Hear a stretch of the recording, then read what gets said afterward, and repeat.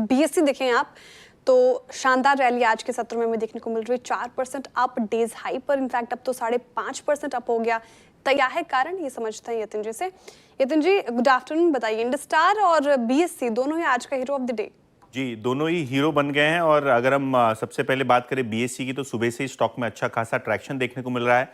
और particularly BSc की बात करें तो जिस तरीके से थर्सडे की एक्सपायरी हुई है उसमें वॉल्यूम्स बहुत बढ़िया हुए हैं। पिछले पीरियड से आप कंपेयर करें वीक ऑन वीक बेसिस पे, या आप कंपेयर करें एनएससी के मंडे और ट्यूसडे के एवरेज वॉल्यूम्स को वर्सेस वेडनेसडे और थर्सडे के बीएससी वॉल्यूम्स को, तो आपको दिखेगा एक स्पाइक आया है। इनफैक्ट इस वीक में अगर आप देखें, एबरेशन जरूर होगा, लेकिन इस वीक की अगर आप बात करें तो बीएससी का मार्केट शेयर 31% तक हो गया है, जबकि पिछले वीक तक ये 25-27% के बीच में रहता था। तो गुरुवार को जो एक्सपायरी चेंज हुई है, जो कि अब बीएससी करेगी और एनएससी मंगलवार को करेगी, पहला हफ्ता था जब वॉल्यूम्स पे कोई असर नहीं देखने को मिला है, तो ब्रोकरेज थोड़े बहुत जो हैं अपने एस्टिमेट्स को फिर से एक बार रिवर्क कर रहे हैं, और शायद लग रहा है कि कोई बड़ा इंपैक्ट यहाँ आएगा नहीं।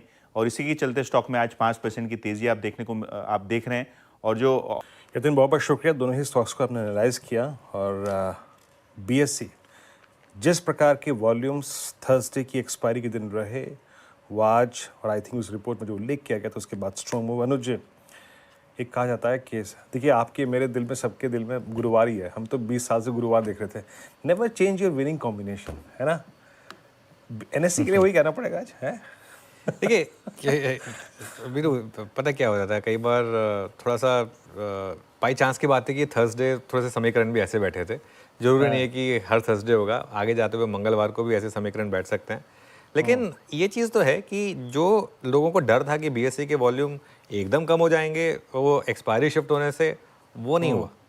बीएससी में डर अब एक ही है, बीएससी में डर एक ही है कि वो जो उस दिन सेबी चेयरमैन ने कहा था कि हम कंसल्टेशन लेकर आएंगे, उसके बाद बात करेंगे कि वीकली एक्सपायरी को कैसे वो करना है। तो उसमें उसके बाद जब नीलेश भाई आए थे, उन्होंने जो एक इंटरेस्टिंग चीज़ बोली थी, तो क्या ये वाकई में डिस्कस हो रही है एक प्रपोजल की वीकली एक्सपायरी भी रहे, मंथली एक्सपायरी भी रहे। बस ये है कि वीकली मंथली जो हेज फंड्स हैं बड़े बड़े, उन्हें बोला जाए आप सिर्फ मंथली में काम करिए। वैसे भी आप डीआईएस को भी या म्यूचुअल फंड को भी तो कहाँ इंट्राडे में करने देते हैं सौदे एफएनओ में। तो हो सकता है कि ये हेज फंड को भी बोल दिया जाए कि आप वीकली एक्सपायरीज आपके लिए नहीं है, आपको हेज करना है, आपको जो मर्जी करना है, आपको प्रॉपर डायरेक्शनल ट्रेडिंग करनी है, आप मंथली के थ्रू करिए, वीकली मत करिए। ये चीज़ हो सकती है, अगर ऐसा हो गया तो वो फिर विन विन होगा। लेकिन ये चीज़ एक क्लियर हो गई कि जो एक ये था कि सिर्फ एक्सपायरी का डेट चेंज होने की वजह से देखिए, हाँ, अब ये कोई वो थोड़ा ना है कि मैं मंगलवार को अंडा नहीं खाता हूँ और थर्सडे को खा लेता हूँ। ये तो इसमें कोई ऐसा तो है नहीं। जिसको ट्रेडिंग करनी है उसने तो मंगलवार को भी ट्रेडिंग करनी है, उसने थर्सडे को भी ट्रेडिंग करनी है ना। तो इसके लिए ये मेरे ख्याल से शायद इस वजह से, और वो रिपोर्ट जो है वो सही कह रही है ना, टर्नओवर बढ़ा है, मतलब फैक्चुअल डेटा है, ऐसा नहीं है कि नहीं है। लेकिन और स्टॉक भी तो गिर गया था, 3000 वाला स्टॉक गिर के 2100-2200 पे आ गया था, वो भी एक कारण था। बिल्कुल 200 EMA टेस्ट किया था इसने, वो भी एक कारण था, no doubt about that. Alignment इसका कुछ अगर आप देखें वैसा ही था। राजेश अग्रवाल जी, आपका टेक क्या है बीएससी पे या फिर इस पूरी क्लास पे, जो कि काफ़ी हद तक वीकली एक्सपायरीज उनके अस्तित्व पे निर्भर करता है, उनका बहुत निकट भविष्य जो है, और उसमें आप बीएससी को कहाँ रखेंगे? और जिस प्रकार की इस गुरुवार के वॉल्यूम्स रहे एक्सपायरी के दिन, आपका टेक क्या है इन क्लास ऑफ स्टॉक्स में से? आपका पिकिंग ऑर्डर क्या है इस वक्त? वीरू जी, मैं आपको बता दूं कि आवाज पे ही 500 रुपए से मैं बीएससी लगातार देता आ रहा हूँ, जो ऊपर 8000 बिका और अब बोनस एडजस्ट होकर के 3000 तक बिक के आया।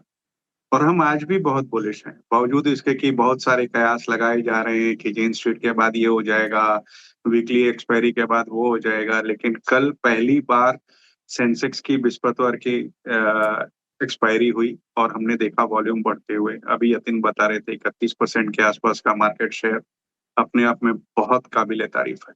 और हमें ये मान के चलना पड़ेगा कि हो सकता है कि छोटी अवधि में खबरों के चलते, वॉल्यूम के चलते उतार चढ़ाव आए, बट लंबी अवधि में ये कैपिटल मार्केट रिलेटेड स्टॉक्स जो हैं, फिर वो चाहे बीएससी हो, एनएससी जब भी लिस्ट हो, एनएसडीएल, सीडीएसएल, ये रहने वाले हैं। क्योंकि कैपिटल मार्केट फ्लोरिश कर रहा है। आप देखो जिस तरीके से रिटेल निवेशक कैपिटल मार्केट में, इक्विटी मार्केट में एंटर कर रहे हैं, जिस तरीके से डीमैट अकाउंट में बढ़त हो रही है, जिस तरीके से एसआईपी इनफ्लोज बढ़ रहे हैं, और आईपीओस की लाइन आप देखो, हर हफ्ते 8-10 आईपीओ आते हैं, भले वो मेन बोर्ड में हो या एसएमई में हो। सेकेंड हाफ FY 26 का आईपीओ के बहुत तगड़ा माना जा रहा है, बड़े बड़े आईपीओ लाइनअप है।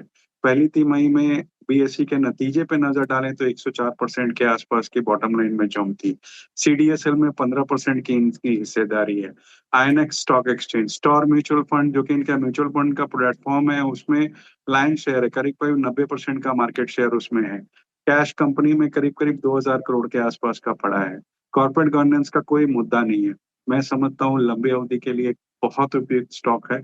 छोटी अवधि में न्यूज फ्लो के कारण से, एफएनओ में होने के कारण से उतार चढ़ाव आते रहेंगे, उसमें मैं कोई कमेंट नहीं कर रहा हूँ, बट लंबी अवधि में ये हमारी खरीदारी की राय रहेगी। लंबी अवधि के लिए खरीदारी की राय रहेगी बीएससी में। चलिए